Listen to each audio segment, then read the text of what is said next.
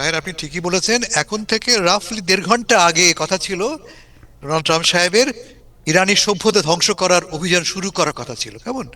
তিনি বলেছিলেন তিনি ব্রিজ ধ্বংস করবেন, তিনি ইলেকট্রিক গ্রিড ধ্বংস করবেন,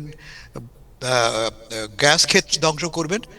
ধ্বংস হয়নি। আসুন সবার আগে আমরা তাকে ধন্যবাদ দিই, তিনি ধ্বংস যে করা শুরু করেননি। কেমন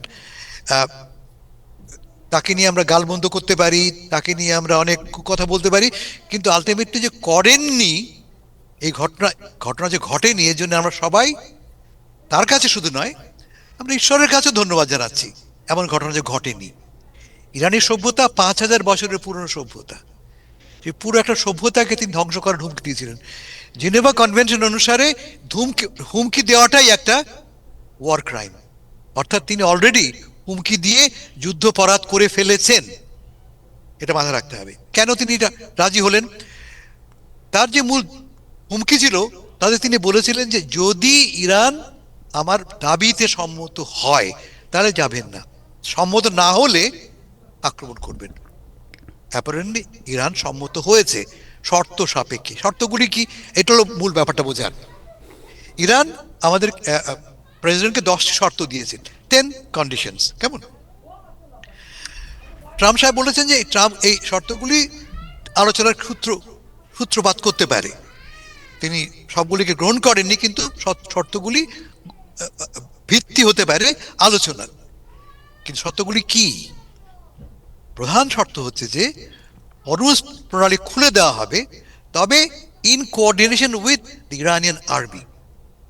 আর্মির সাথে সংযোগ করে, তাদের সমন্বয়ে এই হরমুজ প্রণালী দিয়ে যাতায়াত উন্মুক্ত করা হলো। তার মানে এটা কি? নিয়ন্ত্রণ থেকে যাচ্ছে ইরানের হাতে, 1 নম্বর। 2 নম্বর বলা হচ্ছে যে শুধুমাত্র আমাদের নয়, আক্রমণ শুধু ইরানের বিরুদ্ধে থামলে চলবে না। যারা এই এক্সেস অফ রেজিস্ট্যান্স বলি, যেটাকে বলি আমরা, হেজবুল্লাহ অথবা হামাস, তাদের বিরুদ্ধেও সমস্ত হামলা বন্ধ করতে হবে। 2 নম্বর শর্ত। 3 নম্বর শর্ত, মধ্যপ্রাচ্যে উপসাগরীয় এলাকায় যে সমস্ত মার্কিন বেজ আছে, সামরিক ঘাঁটি আছে, সব তুলে নিতে হবে। 3। 4 নম্বর প্রস্তাব হচ্ছে যে স্ট্রেট অফ হরমুজের জন্য একটা প্রোটোকল তৈরি করা হবে, যে প্রোটোকলের মাধ্যমে জাহাজ যাতায়াতের নিয়মাবলী ফিক্স করা হবে। আমরা এর আগে বোধহয় আমি কালকে বলেছিলাম যে ইতিমধ্যেই ইরান কথা বলছে ওমানের সাথে, চুক্তি করার প্রক্রিয়া চলছে, যে চুক্তির মাধ্যমে এই এলাকায় সকল জাহাজ যাতায়াত করবে এই দুই দেশের নিয়ন্ত্রণের মাধ্যমে, এবং প্রতিটি জাহাজের জন্য তারা প্রয়োজন বোধে লেভি আরোপ করতে পারে। এক্স্যাক্টলি কথা তারা বলেনি আজকে, কিন্তু পেছনের গল্পটা আমরা জানি।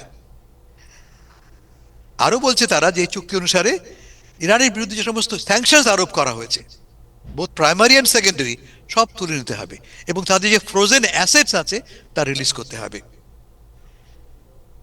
আর ফাইনালি বলা হচ্ছে যে জাতিসংঘের মাধ্যমে একটি চুক্তি, জাতিসংঘের নিরাপত্তা পরিষদের মাধ্যমে প্রস্তাব গ্রহণের মাধ্যমে এই চুক্তিটাকে রাটিফাই করতে হবে।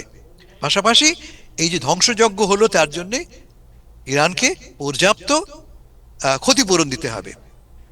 মানে প্রতিটি প্রস্তাব শর্তই প্রায় অগ্রহণযোগ্য আমেরিকার কাছে। কিন্তু আমাদের প্রেসিডেন্ট সাহেব বলেছেন যে এটি আলোচনার ভিত্তি হতে পারে। রাজি কেন হলেন প্রেসিডেন্ট, আপনার প্রশ্ন করেছেন। এটা খুব কঠিন নয় কিন্তু বোঝা, যদিও ট্রাম্প সাহেবের মন বোঝা আমাদের দুঃসাধ্য ব্যাপার, তবু চেষ্টা করা যাক। মূল কারণ হচ্ছে যে ট্রাম্প সাহেবের রোববার যে টুইটটা করেন, আপনারা পড়েছেন, আমি এই অনুষ্ঠানে গতকাল পড়ে শুনেছি, যা কিনা পড়ার যোগ্য নয়, কুৎসিত ভাষায়, অসভ্য ভাষায় বলবো আমি, অসভ্য ভাষায়, ইনডিসক্রিট ল্যাঙ্গুয়েজে তিনি টুইট করেছেন, তার ট্রুথ সোশ্যালে মন্তব্য করেছিলেন, যার ফলে সারা বিশ্ব জুড়ে তাকে নিন্দা করা হয়। একথা বলা হয় যে এই আপনি বললেন সভ্যতা ধ্বংস করবেন, সেটাই আপনার ওয়ার ক্রাইম, স্পষ্টভাবে বলা হয়েছে। তার চেয়েও বড় কথা, তার এই টুইট করার পরে অন্ততপক্ষে 70 জন ডেমোক্রেটিক কংগ্রেসম্যান এবং একাধিক রিপাবলিকান সদস্য ডোনাল্ড ট্রাম্পকে ইমপিচ করার এবং 25th অ্যামেন্ডমেন্টের মাধ্যমে তাকে ক্ষমতা থেকে সরিয়ে দেবার প্রস্তাব করা হয়। আমি আবারও বলি, 25 অ্যামেন্ডমেন্ট এমন একটা অ্যামেন্ডমেন্ট যার মাধ্যমে যদি প্রেসিডেন্ট তার দায়িত্ব পালনে অক্ষম হন শারীরিক কারণে বা মানসিক কারণে, তাহলে এই অ্যামেন্ডমেন্টের মাধ্যমে ভাইস প্রেসিডেন্ট এবং ক্যাবিনেটের সমর্থনে প্রেসিডেন্টকে অপারেশন করা যেতে পারে। আপনারা তো মনে আছে 2021 সালে ট্রাম্পের শেষ সময় তাকে তখন কথা হয়েছিল যে তাকে ক্ষমতা থেকে সরিয়ে দেওয়া হবে, তাকে 25th অ্যামেন্ডমেন্ট ইউজ করা হবে, করা হয়নি।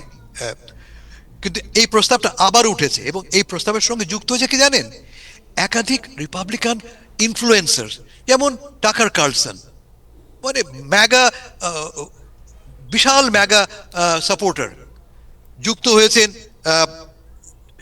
অ্যালেক্স জোনসের মতো ইনফ্লুয়েন্সার, ক্যান্ডিস ওয়েন্সের মতো ইনফ্লুয়েন্সার, মার্গারেট টেলর গ্রিনের মতো ইনফ্লুয়েন্সার। এরা সবাই বলছে it's about time Donald Trump সাহেবকে সরিয়ে দেওয়া হোক, কারণ তার এই কাজগুলি সুস্থ মানুষের কাজ নয়। এটা দুই কারণ। তৃতীয় কারণ হতে পারে এই যে ডোনাল্ড ট্রাম্প সাহেব এই হুমকিটা ব্যবহার করেছেন আক্রমণ করবার জন্য নয়। এই আর্গুমেন্ট এখন দেওয়া হবে এবং দেওয়া শুরু হয়েছে, তা হচ্ছে যে ডোনাল্ড ট্রাম্প সাহেব আসলে ধ্বংস করতে চান নাই, তিনি হুমকি দিচ্ছেন ইরানের উপরে চাপ প্রয়োগের জন্য, এবং চাপ প্রয়োগের কাজও তো হয়েছে আমরা দেখতে পাচ্ছি। ফাইনাল পয়েন্ট হচ্ছে যে পাকিস্তান একটা মেজর রোল প্লে করেছে। পাকিস্তানের প্রধানমন্ত্রী, পাকিস্তানের chief of army Asif Munir field marshal সাহেব, তারা ব্যক্তিগতভাবে ফোন করেছেন ডোনাল্ড ট্রাম্প সাহেবকে, পেছন থেকে তারা কাজ করেছেন, ইরানের কাছ থেকে তারা সম্মতি আদায় করেছেন, এবং এই যে আলটিমেটলি শান্তি চুক্তিটা হলো, অ্যাপারেন্টলি একটা সিজ ফায়ার হলো, তার পেছনে এই পাকিস্তানের ভূমিটাকে মানতেই হবে। কি সিদ্ধান্ত হয়েছে যে আগামী সপ্তাহের মধ্যে ইসলামাবাদে ইরান মার্কিন যুক্তরাষ্ট্র মুখোমুখি আলোচনায় বসবে। আমেরিকা থেকে কে যাবে?